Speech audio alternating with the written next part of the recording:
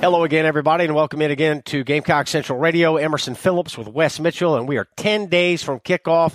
Wes getting ready for South Carolina and Vanderbilt. Will Muschamp, first-year Gamecock head football coach, spoke to the media yesterday. It was fan day yesterday, so a lot of Gamecock fans turned out to see this new Gamecock football team, and we're still awaiting answers to a lot of questions. Wes, Muschamp said he's not ready to name a starting quarterback, and that was really the big story yesterday. Yeah, I think that's probably the biggest storyline, maybe not even for this weekend, but maybe even for the entire camp so far, I guess, has been the quarterback battle. But, you know, I think the most interesting thing about that to me is that, you know, you always obviously sort of have to factor in coach speak and stuff like that. But I kind of take Will Muschamp at his word. Generally, when you have a quarterback battle and you say a guy has not stepped up and won the job, you sort of say to yourself, well, that's probably a problem. That's probably going to be an issue position for a team. I think, you know, you listen to Will Muschamp, sort of what you hear out of the program as well. There's almost, Emerson, a quiet confidence about what South Carolina has at that position. Now, I think they still don't know who the guy is going to be, but I think they're kind of starting to narrow in on a starter. And I think that, you know, part of this, as Will Muschamp said, with it being this close anyway, what advantage is there to announcing a starter publicly when one of South Carolina's true only advantages as an overall team to having so many changes is that Vanderbilt doesn't know what to expect from them either. So, you know, as much as we have these question marks from our standpoint of the team, as much as Will Muschamp has these question marks as the head coach, you know, looking at his team saying, this guy's new, this guy's new, this guy's new, I don't know how they're going to respond.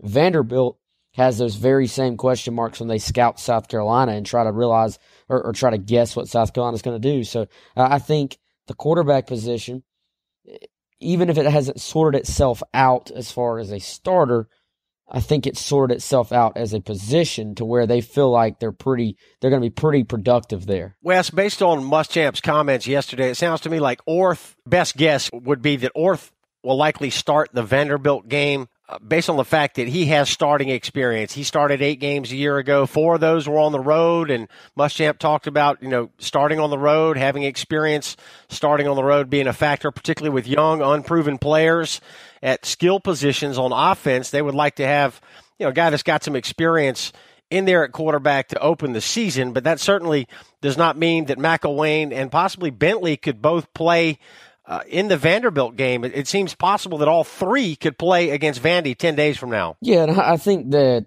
at the very least 2 are going to play. You know, I think then obviously you always have the chance of them getting into that Lorenzo Nunez package where they put him at quarterback and going from there as well. So, you know, I think this is something, quarterback battle is going to be very, very fluid. And I think, you know, it's one of these things where I've thought for a while, you know, that has sort of been my prediction. Perry Orr starts, but Brandon McElwain plays very, very early.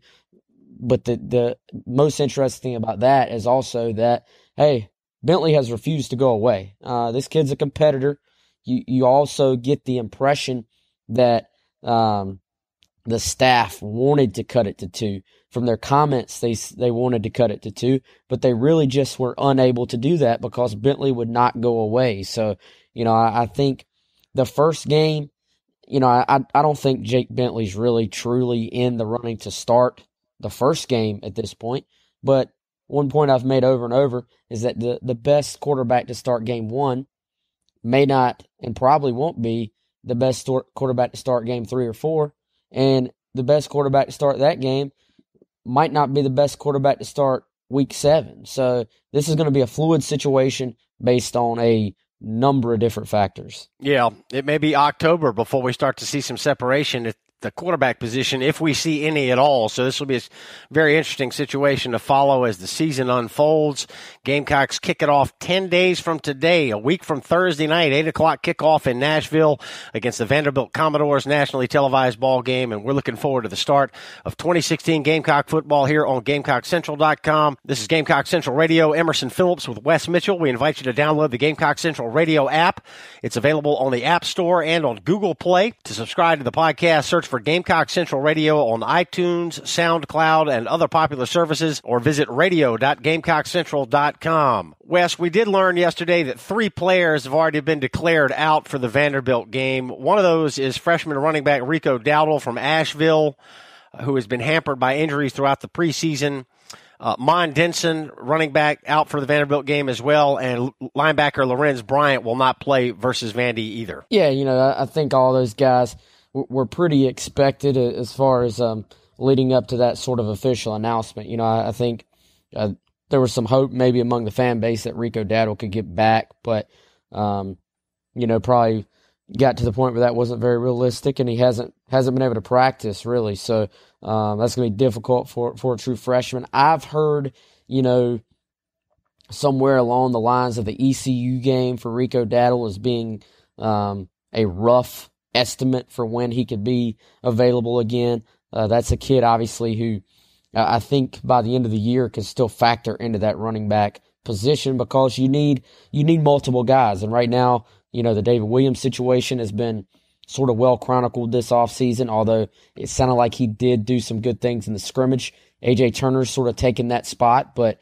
it's, I guess, a question mark how much of the load he can carry. You have a walk-on guy and Rod Talley in there as well. But, I think by the end of the year, again, talking about the evolution of a position and who's the best guy now, who's the best guy later, a healthy Rico Dowdle can factor into that position. So, I think the other guys, Lorenz Bryant, someone that's now a senior. I think there was some hope he could really help the defense this year. You hate it for him personally because this is a kid that's just struggled to get and stay healthy.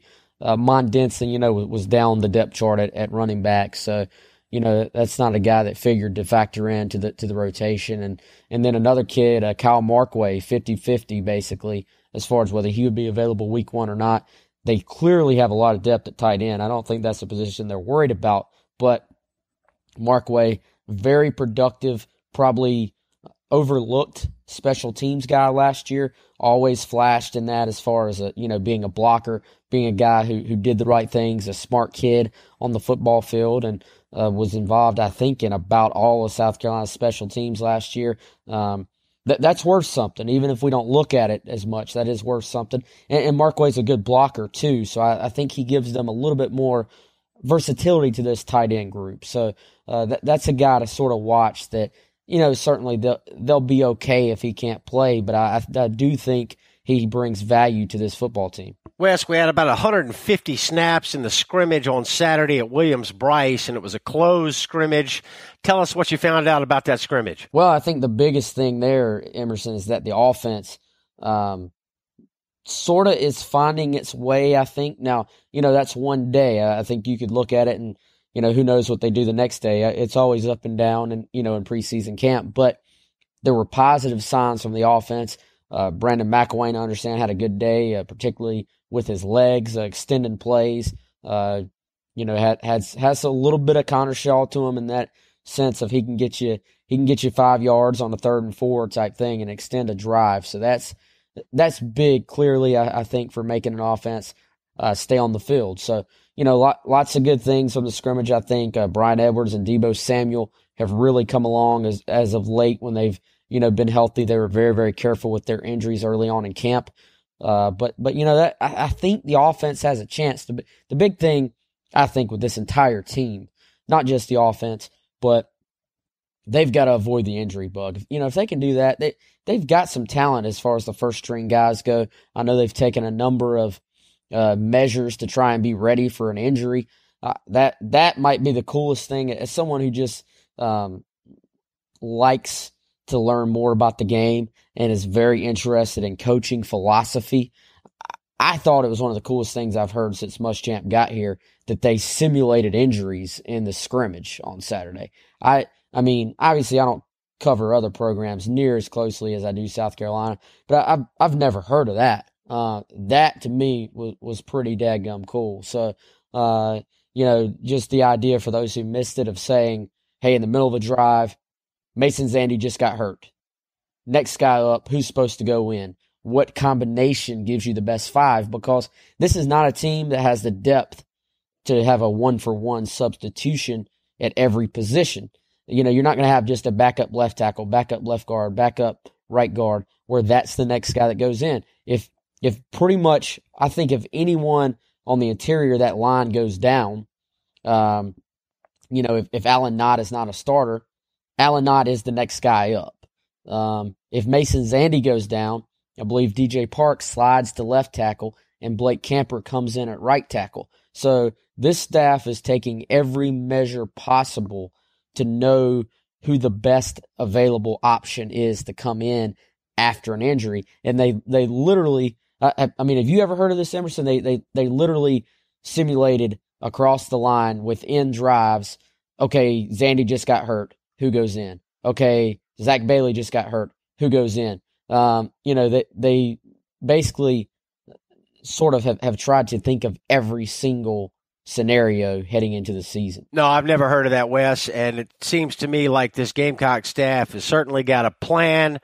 If you fail to prepare, you're preparing to fail, and it sounds like the Gamecocks are getting prepared for a 2016 season that, a lot of folks do not consider the Gamecocks to have a very good team this year, as evidenced by the fact that South Carolina was picked to finish dead last in the SEC East by the media members who cover SEC football back at SEC Media Days in Hoover last month. So I think this is exciting, Wes. It sounds to me like the coaching staff is on point so far, and I know the season hasn't started yet, but the Gamecocks have really got nothing to lose this year, and it really feels like, the Vanderbilt game, the first game of the season, could go a long way towards setting the tone for the rest of the year. Final thought here, Wes. We're going to have a lot more coming up here on Gamecock Central Radio, a lot more podcasts coming your way now that we are just about ready to get the season underway. How much of a concern is the running back position at this point, Wes? It seems like no one has emerged as a top running back. Muschamp has said that it will be a running back by committee approach. Clearly, the Gamecocks are going to need some production from that position. We don't know who it's going to come from at this point. How much of a concern is that for you right now? Well, I think, they're very happy with A.J. Turner, and he's going to take the first snaps. And, I think fans will be pleasantly surprised by him. I think he's had an outstanding camp. This is a kid that climbed the depth chart in the spring, has really been good in the fall. And, I think he's going to be in a situation to have a bunch of yards this year. I think the big question is, I've said it a million times, can AJ hold up? He's not the biggest kid. That's not his fault. It's no knock on him, really, as far as his talent goes. It's just a thing of size and getting banged on in the SEC. So I think that's a question. Hey, you look right across the field, though, Ralph Webb, the Vandy running back, this kid is about the same size as A.J. Turner out of high school. AJ is about 195 now. I think Ralph Webb's maybe 204 now. They're about the same height.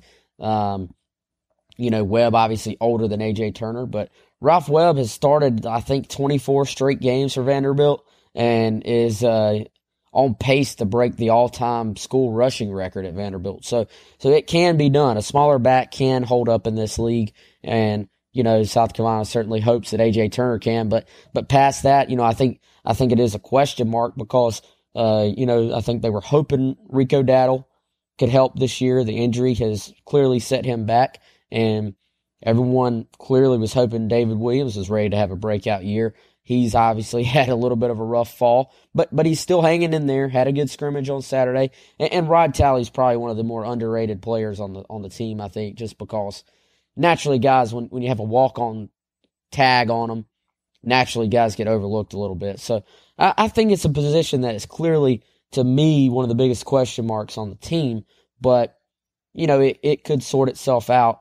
Specifically, I think it's all about A.J. Turner staying healthy. This is a guy that can make plays. And, hey, guys, let's be honest. It's really about the offensive line, too. The offensive line has to give A.J. Turner room. This is a senior or upperclassman bunch. They've got a bunch of starts on the offensive line. It's the most experienced part of the offense. There's some pressure on those guys to go perform because they're gonna have to set the tone for the rest of the offense. When you look at, possibly at times a freshman quarterback in there, you're gonna have at least one freshman wide receiver, a redshirt freshman running back starting. And A.J. Turner is a guy that can make a lot of things happen if you give him space. he's not a Marcus Lattimore that's going to carry the pile 2-3 extra yards. So, you know what? If, this offensive line in the running game has got to give these guys room. What's the quickest way to get David Williams going is to give him some big holes and let him get some confidence going. Let him get running behind his pads. Running backs look a lot more physical. It's a lot easier to break tackles when you get going downhill versus being hit at the line of scrimmage. So, to me, the running backs, the quarterbacks, even the wide receivers, for them to sort of be good, it goes all the way back to the offensive line for me. This offensive line has got to perform for South Carolina. Yeah, it looks like A.J. Turner, 1A, David Williams, 1B at running back right now for the Gamecocks. And Coach Muschamp praised Rod Talley as well. So 10 days from today as we record here on Monday, August the 22nd, the Gamecocks will kick it off Thursday night, September the 1st at Vanderbilt. We got a lot more coming your way here on Gamecock Central Radio. Wes, thanks for the update today, and we look forward to talking with you again real soon. Sounds good, man. We'll talk to you soon. All right, Wes Mitchell is his name, and I'm Emerson Phillips, and this is Gamecock Central Radio. Thanks for being with us.